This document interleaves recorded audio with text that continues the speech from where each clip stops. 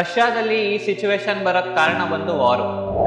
ಮಚಾಸ್, ನಾಳೆ ನೀವು ಯೂಸ್ ಮಾಡ್ತಿರೋ ಫೇಸ್ಬುಕ್, ಇನ್ಸ್ಟಾಗ್ರಾಮ್, ಯೂಟ್ಯೂಬ್ ಇವೆಲ್ಲ ಬ್ಯಾನ್ ಆದ್ರೆ ನಿಮ್ ರಿಯಾಕ್ಷನ್ ಹೇಗಿರುತ್ತೆ?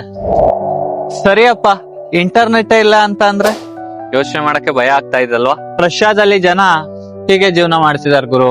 ಹೌದು ಗುರು, ರಷ್ಯಾದಲ್ಲಿ ಯೂಟ್ಯೂಬ್, ಇನ್ಸ್ಟಾಗ್ರಾಮ್, ಫೇಸ್ಬುಕ್, US ಸಂಬಂಧಪಟ್ಟಿದಂತ ಪ್ರತಿಯೊಂದು ಆಪ್, ಪ್ರತಿಯೊಂದು ಕಂಪ್ನಿ ಎಲ್ಲಾ ಬ್ಯಾನೆ. ನಾವು ನೀವು ಇಷ್ಟಪಡುವಂತ KFC, burger king, star bucks ಇವೆಲ್ಲವೂ ಬ್ಯಾನೆ. ರಷ್ಯಾದಲ್ಲಿ ಈ ಸಿಚುವೇಶನ್ ಬರಕ್ ಕಾರಣ ಬಂದು ವಾರ್.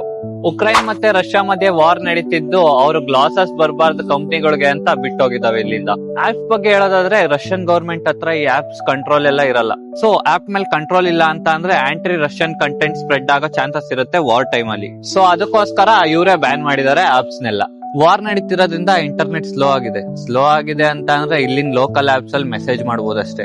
ಸೊ ಇದೇ ಕಣ್ರಿ 30 days 30 interesting facts about Russia day 9. Day 10 ಗೆ ಫಾಲೋ ಮಾಡ್ಕೊಳ್ಳಿ. ಇಲ್ಲಿ ಯಾವ ಆಪ್ ಯೂಸ್ ಮಾಡ್ತಾರೆ ಅಂತ ಹೇಳ್ತೀನಿ.